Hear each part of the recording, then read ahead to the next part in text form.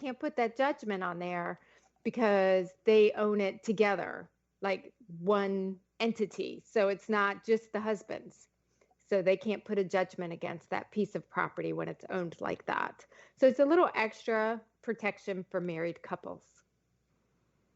That's good to know because, like I said, you see so many different things, and it's just want to, you hear all these different ways to take title, and you're like, huh? You just have like It, the little question marks above you.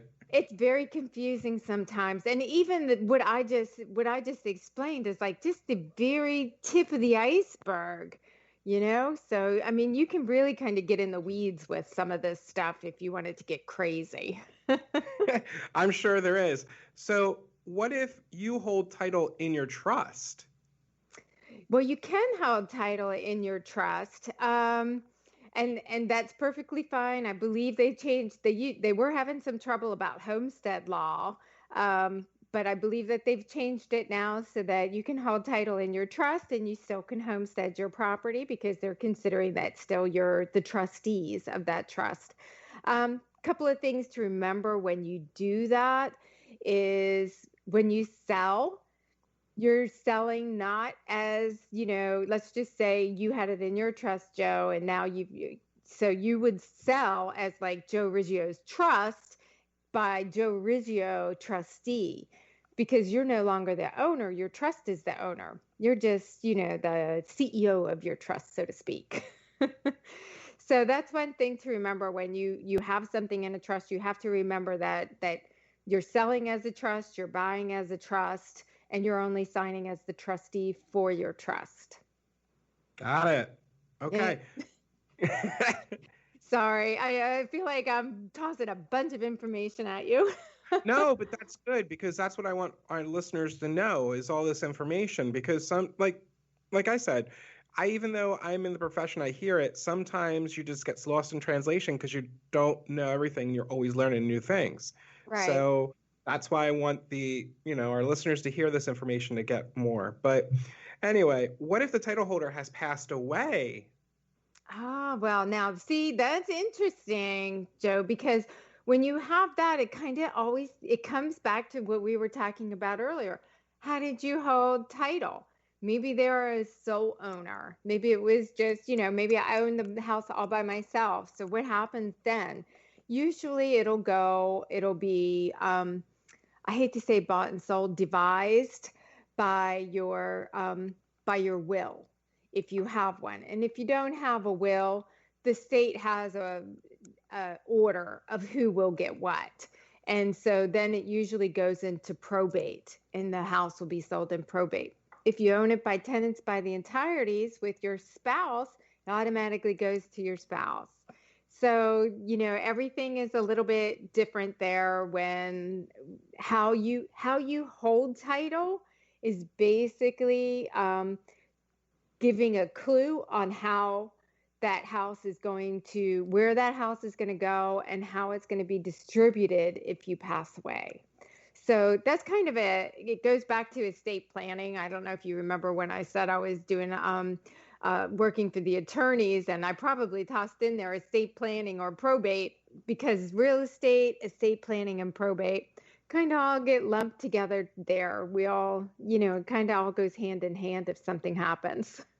Nice. So let me ask you this Mhm. because I'm sure you get to ask this a lot. Does a lot of people attend their meetings or the closings? Like how I'm sure you mentioned before, like you, you accommodate for people. It used to be, Joe, that they were very rigid on closings. Everybody had to come into the office, sit around the table. I don't know if you remember this, but buyers and sellers used to sit around the table all together. It used to take hours to do a closing. But now we have so many new options, especially here in Florida. So obviously now buyers and sellers don't sit down at the table together unless they're like best friends or buddies and they all agree to sit at the table together. And it just has to do with privacy now. So, we're all more conscientious of that. So you can still go into the office, sit down at the table, but people are busy. They don't necessarily want to come into the office. So we'll schedule a lot of different times for buyers and sellers, different days. You don't have to do everything on the same day. Obviously, whether you are paying cash or have a loan kind of dictates when you have to actually show up and sign. If you have a loan, you have a certain day that you need to sign those documents.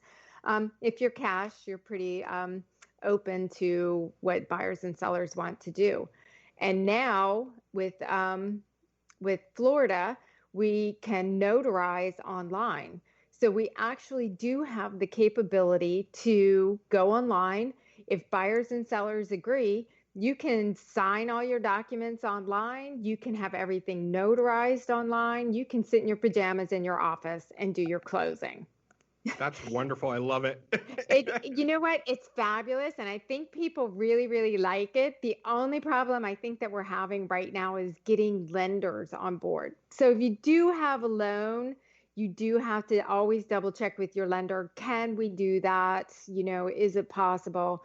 I don't think I'm hoping by next year as they get more comfortable with technology, but buyers and sellers cash, you don't have to be in the same place. You just have to have a good internet connection because it is all recorded. So if somebody says, well, I didn't mean to sign that mortgage, or I didn't mean to sign that deed, it can be pulled for a deposition and shown in court. So just FYI to everybody. So what if we need a power of attorney or have an old power of attorney? Oh, well, that you come up with some great questions, Joe, because these are, to be honest, the trust and powers of attorney kind of give people little hiccups sometimes in their closing process. Um, Powers of attorney are just fine. We see them all the time.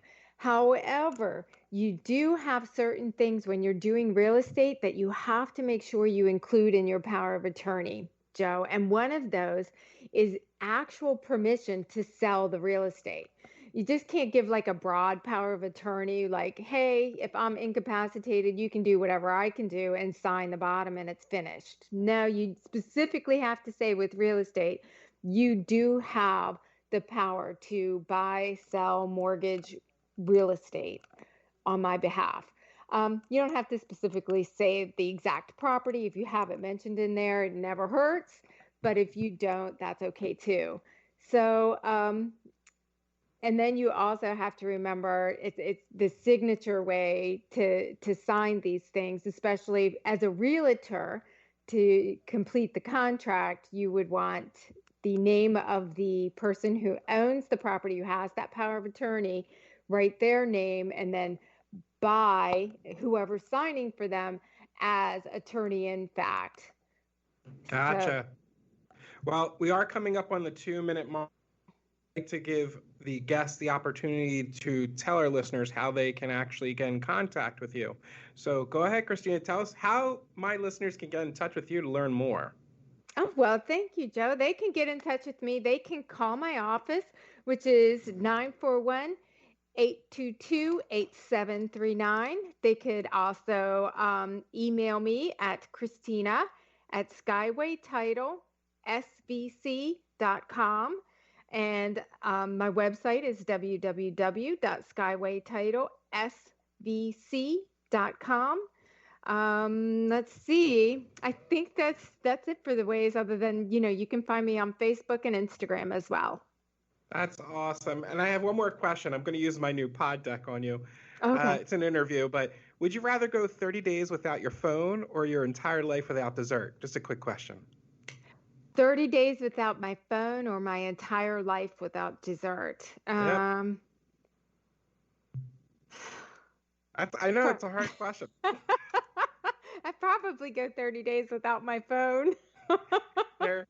There you go. So other than that, I want to thank you for being a guest on Socially Joe. I love working with you, Christina. In fact, I just had a closing with you a couple weeks ago, and it went smoothly, and I enjoyed the whole process. Oh, well, Joe, I enjoyed it as well. And I'm so grateful for you asking me to be on your podcast. It's very exciting. Good stuff that you're doing. No, thank you, and I appreciate it. And I'll have you back on again. But thank you, everyone, for listening to Socially Joe, and have a great day.